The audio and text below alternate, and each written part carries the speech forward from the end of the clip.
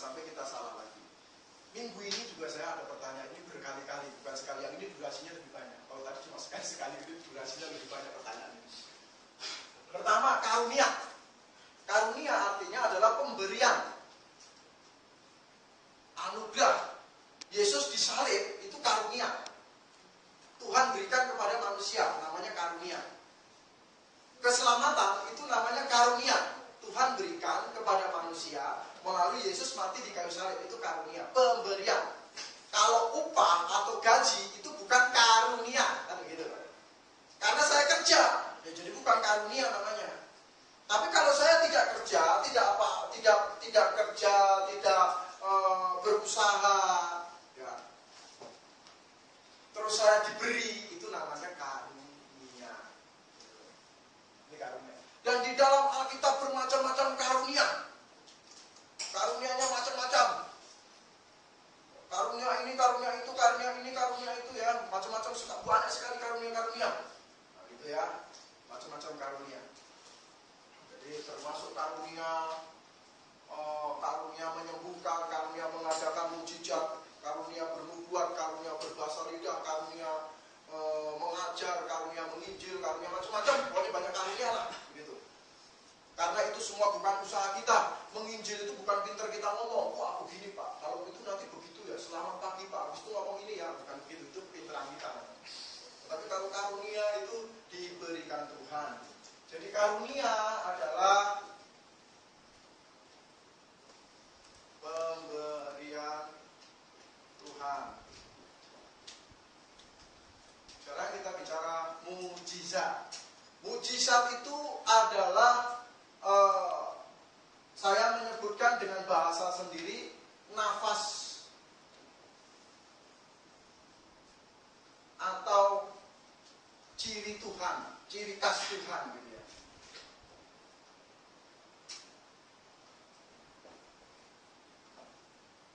Jadi Tuhan berbicara dengan umatnya itu dengan mujizat, sebenarnya begitu. Istilahnya begitu. Ketika Tuhan berbicara kepada manusia, itu bukan berbicara, hai anakku, dengarlah sabdaku ini hari, bukan begitu. Tetapi Tuhan berbicara itu sebenarnya ciri khasnya dengan mujizat. Tuhan katakan ini melalui kelahiran Yesus di kayu salib, itu mujizat. Utus malaikat Gabriel untuk memberitahukan kepada gembala-gembala, itu mujizat. Jadi mujizat pasti selalu ada dan menyertai umatnya selama Tuhan masih ada. Gitu. Jadi kalau sekarang kita berkata Tuhan masih ada, hadir di dalam hati kita, maka mujizat juga pasti selalu ada. Satu lagi, selalu ada mujizat. Jadi mujizat selalu ada. Tuhan menyertai saya dengan banyak mujizat, menyertai saudara-saudara semua dengan banyak mujizat. Kalau kita tulis dalam buku harian, mujizatnya itu kita akan kehitung jumlahnya. Tadi saya kehubung satu rombongan dengan keluarga Pak Karel, Pak Aben, penginjil Teguh. Di jalan itu juga banyak disertai dengan mujizat-mujizat. Supaya sampai kehubung, menyelesaikan masalah di sana, dan itu juga semuanya terjadi karena mujizat-mujizat Tuhan. Sampai ada di sini, sampai Pak Karel bilang, waduh, ini jalan dangdutnya sudah selesai belum ini? Kirain sudah selesainya sampai di Coca-Cola, nggak tahu sampai ke sini masih begini terus. Terus saya bilang sampai di sini, beliau berkata, masih adakah pertemuan nanti malam? Always, no excuse, tidak ada alasan buat kita jalan terus.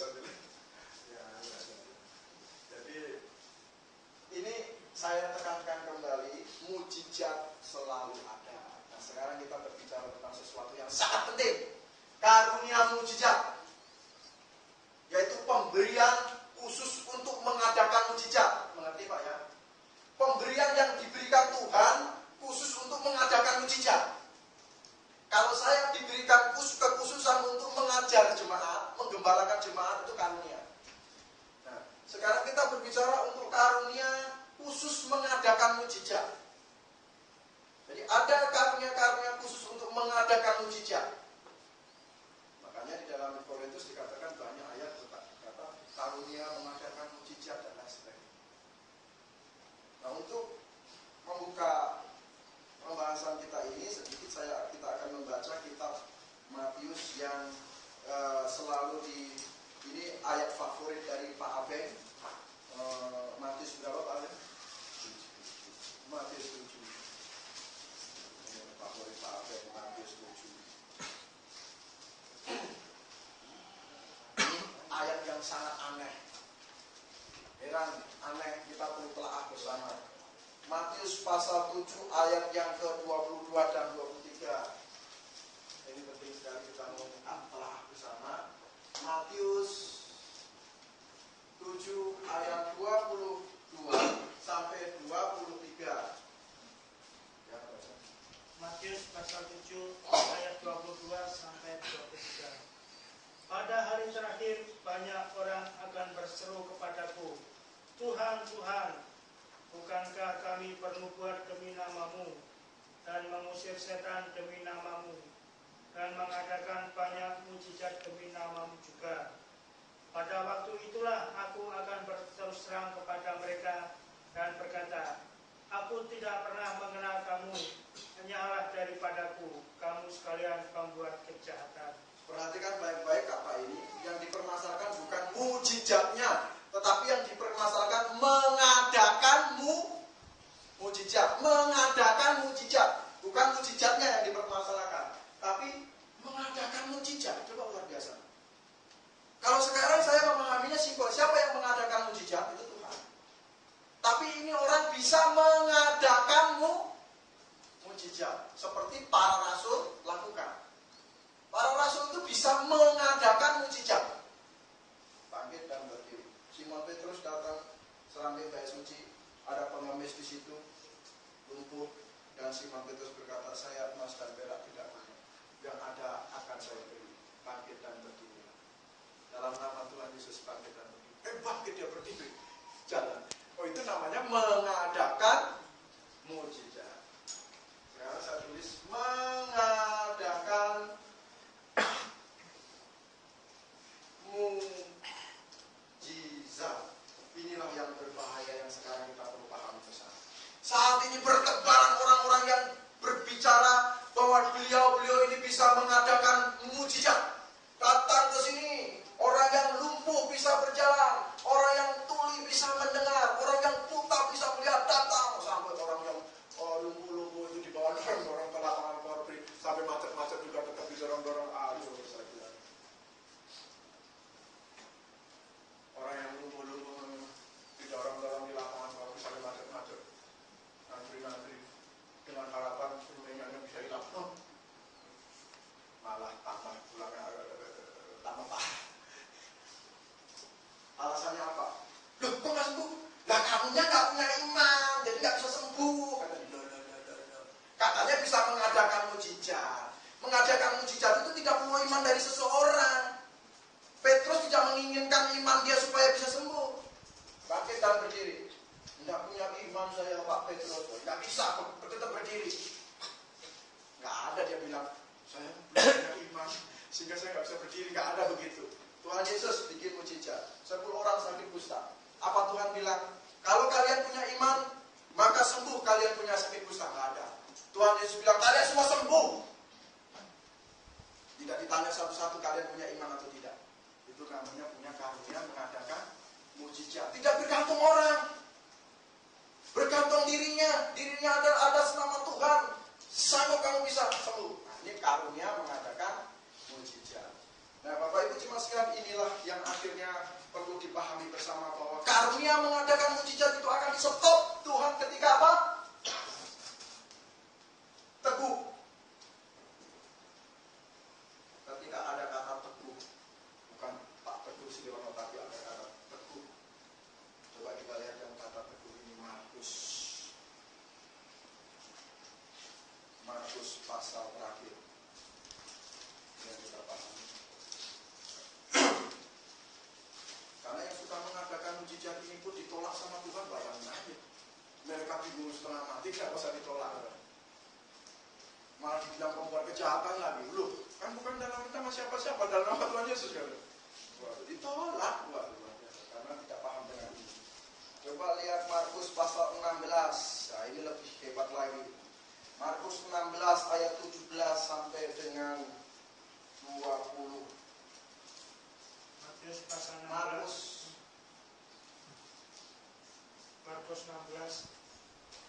16 ayat 17 sampai dengan 20. Tanda-tanda ini akan menyertai orang-orang yang percaya. Mereka akan mengusir setan-setan demi namaku. Mereka akan berbicara dalam bahasa-bahasa yang baru bagi mereka.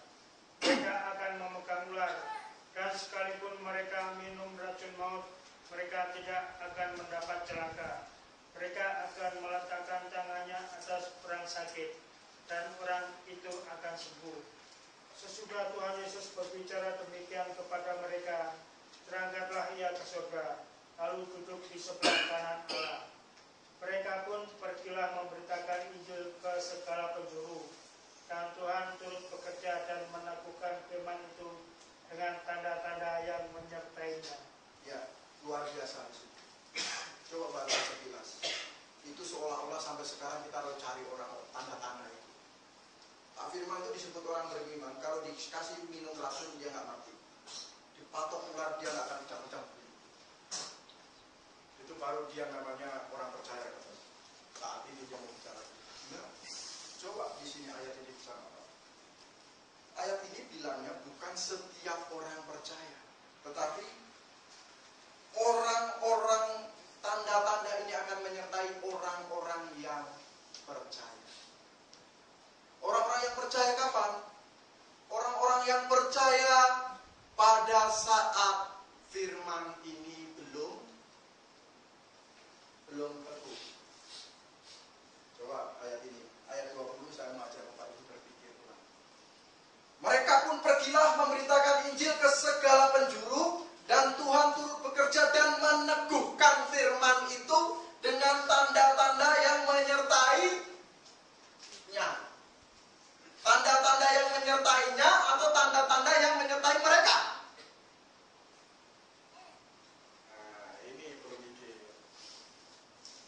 Coba tanda-tanda yang menyertai mereka atau tanda-tanda yang menyertainya. Kalau tanda-tanda yang menyertai mereka, berarti orang-orang percaya semua akan diberikan tanda-tanda seperti di atas ini. Tapi kalau tanda-tanda yang menyertainya, nyanya itu apa? Kan gitu. Berarti nyanya itu satu, bukan banyak. Kalau orang-orang percaya itu banyak.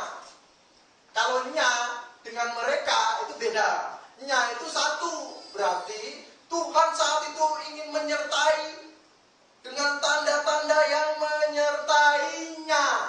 Apa itu? Ya. Jawabannya adalah firman itu.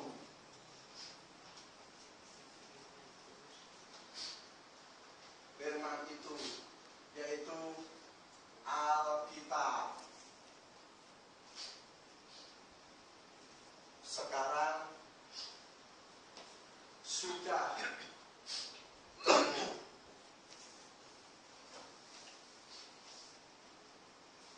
dulu belum teguh, masih proses penulisan, jadi belum teguh. Kalau Rasul Paulus berkata kepada orang, percayalah Yesus, kamu ini siapa? Saya utusan Tuhan. Yang saya sampaikan ini adalah firman dari Tuhan. Tandanya apa? Dipatok ular tidak mati, minum racun tidak mati, kalau begitu. Terus meletakkan tangannya ke atas orang sakit, sembuh, begitu. Sehingga teguh firman itu, meneguhkan firman itu. Jadi firman itu belum teguh pada saat itu, sehingga Pak Tuhan memberikan sebuah karunia, termasuk karunia-karunia salah satunya adalah karunia mujizat kepada mereka, supaya teguh firman itu di hadapan mereka, karena firman Tuhan pada saat itu belum teguh, masih dalam proses proses penulisan. Sampai kemudian kanon itu di stop Wahyu 22 ayat 21, maka kanon itu selesai dan sudah teguh, sudah sempurna. Di 1 Korintus 13 dikatakan itu sudah sempurna. Kalau di dalam Markus pasal 16 dikatakan teguh. Saat ini firman itu sudah teguh. Jadi mujizatnya masih ada, karunia seseorang untuk mengadakan mujizat di stop karena sudah cukup teguh. Jadi bagaimana kalau saya memberitakan firman Tuhan, saya bilang firman Tuhan yang ngomong. Ayatnya di mana? Ayatnya di Markus 16 ayat 17 sampai 20. Mari kita baca bersama. Kan bisa. Kalau dulu bagaimana mau ngomong? Mari kita baca Markus 16, belum ada. Jadi belum betul. Nah saat ini, jadi firman itu, ya, ini ayatnya memang perlu berpikir sejenak. Kalau sekilas seolah-olah ini tidak dipahami dengan baik, maka akan berbahaya. Mereka pun pergilah memberitakan Injil ke seluruh penjuru, dan Tuhan turut bekerja dan meneguhkan firman itu. Jadi firman itu perlu diteguhkan dengan tanda-tanda karunia-karunia dan dengan tanda-tanda yang menyertainya, menyertai firman itu, bukan menyertai mereka, orang-orang percaya itu. Jadi kesimpulannya adalah, kalau begitu, kalau firman itu belum teguh, yaitu pada zaman para rasul, sebelum Wahyu 22 ayat 21 selesai ditulis, maka Tuhan memberikan kepada orang-orang percaya pada saat itu full karunia. Tetapi setelah Alkitab atau firman itu teguh, maka karunia-karunia yang berhubungan dengan pewahyuan stop. Minggu yang lalu kita sudah bahas, ya. Sehingga yang ada adalah karunia-karunia yang tidak berhubungan dengan pewahyuan. Contoh, penginjilan, penggembalaan, pengajaran, itu karunia semua. Macam-macam banyak sekali karunia. Karunia untuk melayani itu tidak perlu pewahyuan dari Tuhan. Itu kita berbaca Alkitab, kita tahu apa itu arti dari seorang pelayan, kan gitu. Tetapi mujizat apakah masih ada? Masih terus ada dan selalu ada. Tetapi tidak tunggu diadakan oleh seseorang yang spesial, yang khusus, yang ditunjuk Tuhan. Tuh, hamba yang dikurapi, bisa mengajarkan karunia penyembuhan. Mari kita berduyun-duyun datang ke sana untuk disembuhkan. Aduh, ini yang sudah salah pengertian ayatnya.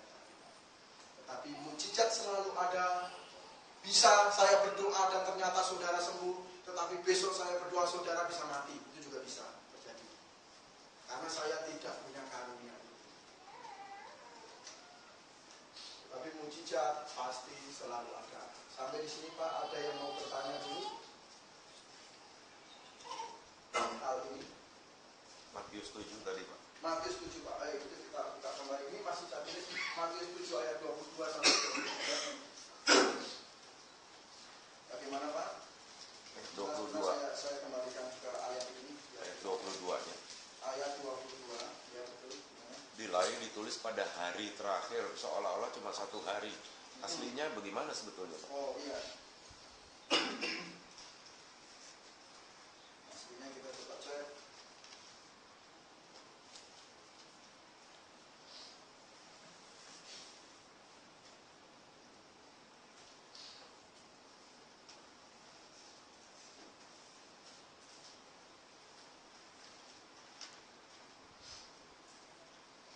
Orang biasanya kalau hari terakhir Satu ya. sehari sebelum kiamat aja gitu. Matius 7 ayat 22.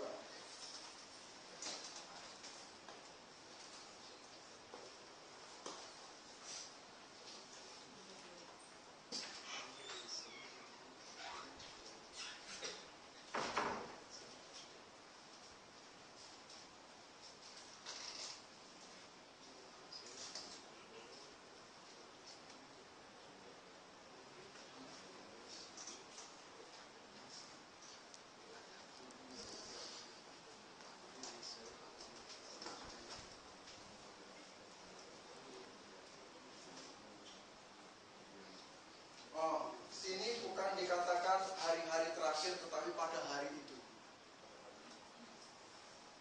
Ya, jadi dikatakan poloi, erosi, moi, en, ekeine, te, emera. Jadi pada hari itu. Jadi begini, rupanya maksudnya begini Pak.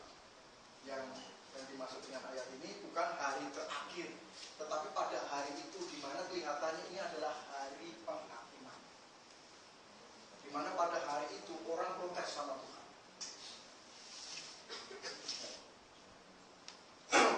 Tuhan, Tuhan, bukankah kami bernubuat demi namamu? Kok engkau tolak? Engkau masukkan saya ke neraka? Maksudnya begitu.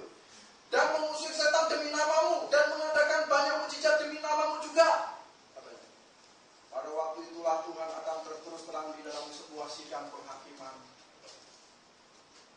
Aku tidak pernah mengenal kamu. Nyalah daripada kamu sekalian membuat kejahat, jeder masuk ke neraka. Luar biasa.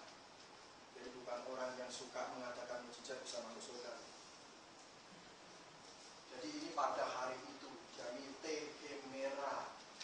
Pada hari itu Tuhan berterus terang, kamu sudah buat banyak kejahatan.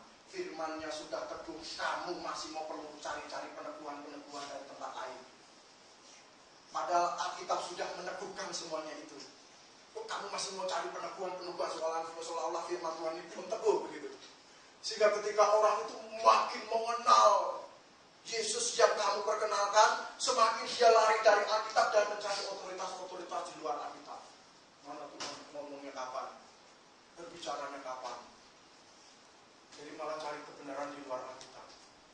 Seharusnya kita mendidik orang untuk mencari orang-orang itu ketika benar, tarik masuk ke dalam Alkitab belajar. Tarik masuk ke dalam Alkitab belajar. Jangan begitu sudah belajar Alkitab ditarik keluar supaya cari firman Tuhan yang lain. Sehingga baca Alkitabnya seenak-enak dia. Yang masalah Maliakilah, yang masalah yang enak-enak buat dia. Yang lain tidak dia gali. Yang banyak mengadakan mujizat terus ternyata masuk neraka. Waduh, ini jangan dibaca. Yang ini jangan dibaca. Jadi betul tadi itu ternyata bukan hari terakhir, tetapi maksudnya hari itu, di mana ketika sidang penghakiman dilaksanakan, mereka protes bahwa namanya Tuhan, kan saya sudah Kristen dari awal, sudah ada yang mujizat, kok mau dilakukan lagi kekristenannya? Gitu. Malah ditolak lagi. Saya bernubuat loh. Bernubuat itu berarti saya berkata, Tuhan berkata kepada saya bahwa Indonesia akan mengalami penemuan yang besar-besar itu. Tuhan katanya. Kok engkau tolak? Wah, luar biasa kali ini. Ini menarik ayat ini. Bingung setengah mati dia. Ya kau membuat segala kejahatan itu. Luar biasa. Kenapa? Ternyata dia kelewatan. Orang-orang ini kelewatan. Stop. Sudah teguh firman itu. Jangan cari peneguhan tempat lain. Sampai seolah-olah kamu bisa berkata, saya Tuhan bernubuat kepada saya. Saya bisa bernubuat. Saya bisa mengatakan mujizat. Saya bisa, luar biasa. Banyak kesalahannya. Saya tidak berani mengatakan itu. Saya tidak bisa mengadakan mujizat. Saya sekali-sekali tidak pernah bernubuat. Saya berkhotbah, saya mengajar itu iya, menginjil iya. Tetapi kalau mengadakan mujizat, siapa yang bisa mengadakan mujizat? Kalau Anda sakit, saya berdoa. Kalau sembuh, ya puji Tuhan. Kalau tidak sembuh, ya jangan salahkan saya. Saya berdoa. Pernah sekali saya berdoa ke satu orang ibu 4 tahun setengah itu. Teler-teler dia setengah gila. Itu sudah betul-betul. Nah, besok saya seminar di Jogja, saya akan ajak rombongan untuk berkunjung ke tempat ibu ini. Saya mau mereka melihat kesaksian itu. Betul-betul memang sudah sembuh sedia kala. Sarjana bahasa Inggris di Universitas Brawijaya Malang. Dan dia betul-betul jenius yang stres, nggak bisa apa-apa. Saya berdoa sama adik saya, dan sebelum berdoa saya menyanyikan lagu Yesus Kawan yang Sejati. Yesus Kawan yang Sejati bagi kita yang lemah. Oh betapa kita susah dan percuma berdoa.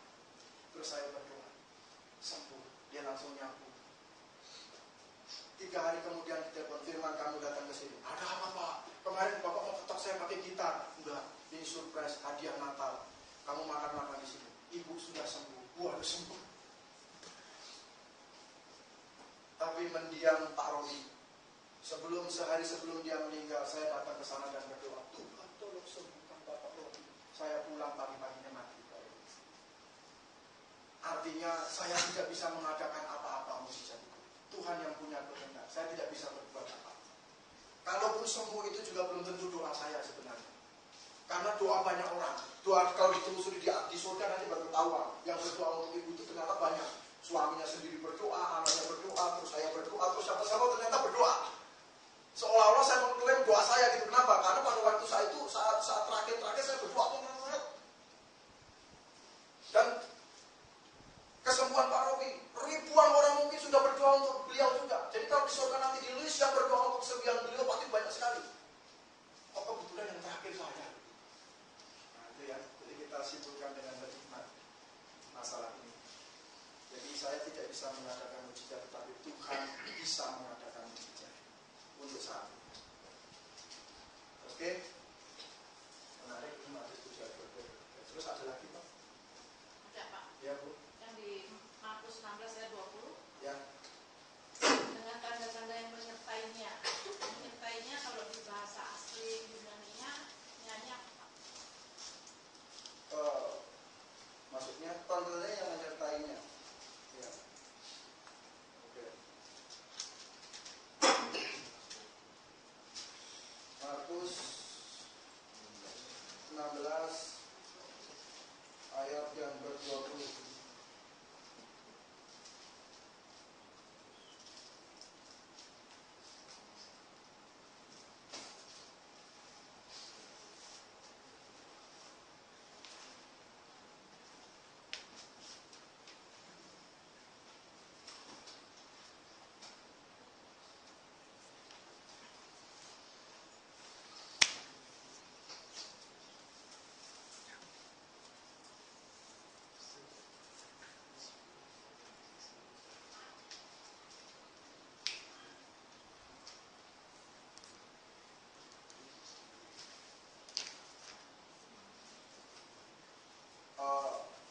Di bahasa Inggris saja lebih jelas ya. Confirming the word with signs following. Jadi the word, firman itu yang disertai dengan tanda-tanda, yang diikuti following dengan tanda-tanda. Jadi ini sudah jelas. Kalau bahasa Yunaninya saya bacakan supaya jelas.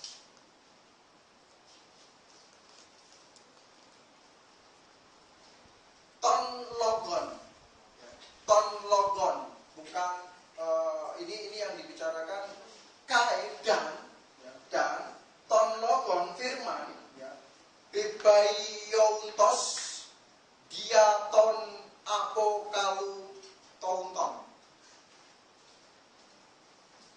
semeion. Nah semeionnya itu jamak, sementara logonnya itu tunggal, dan di situ tidak ada kata-kata mereka, satupun tidak ada kata-kata mereka. Jadi firman itu disertai dengan tanda-tanda, simpelnya begitu. Firman itu diteguhkan dengan tanda-tanda. Begitu. Karena firman itu belum teguh, belum sempurna. Itu seharusnya kita belajarnya begitu. Jadi karena belum sempurna, belum teguh, masih dalam proses pengkanonan, masih dalam proses penulisan. Wahyu 22 ayat 21 belum selesai ditulis, maka ton logon atau firman itu perlu disertai dengan tanda-tanda. Dan efek dari tanda-tanda itu adalah orang-orang percaya pada saat itu yang melakukan. Nah kalau sekarang firman itu apakah perlu disertai dengan tanda-tanda? Masih. Tetapi tidak dengan dikhususkan kepada orang-orang percaya tertentu. Tetap Tuhan akan berbicara melalui pemberitaan firman Tuhan. Contoh, tidak usah jauh-jauh, anak-anak kecil, Devia, Farhan dan lain sebagainya, mereka coba belajar beritakan Injil. Suatu ketika ada orang tua jenius, pinter, bisa bertobat gara-gara pemberitaan dia. Apa itu bukan karena ada mujizat dari Tuhan? Jadi bukan mereka yang punya karunia, tapi Tuhan tetap menyertai firman itu dengan tanda-tanda. Tetapi tidak melakukan dengan spesial satu orang seperti itu dulu lagi, seperti karunia-karunia yang diadakan itu. tapi sudah bisa dilakukan dengan pekerjaan Tuhan yang begitu rupa, yang misteri, yang luar biasa. Oke Bu ya, ada lagi? Kalau tidak ada, kita tutup Sunday School kita hari